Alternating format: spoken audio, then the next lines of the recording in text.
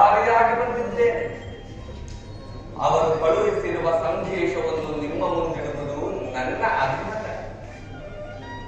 ಕುರುಪಾಂಡವರ ಭವಿಷ್ಯ ರಾಜಕಾರ್ಯ ವ್ಯವಸ್ಥೆಯು ಈಗ ಇಲ್ಲಿ ನಿರ್ಣಯಿಸಲ್ಪಡಬೇಕಾಗಿರುವುದರಿಂದ ನಾನು ನಿಮ್ಮ ಮುಂದಿರುವ ಪ್ರಶ್ನೆಗಳನ್ನು ನೀವು ಅನುಸರಿಸಿ ಗಮನಿಸಬೇಕಾಗಿ ಬೀಳುತ್ತೇನೆ.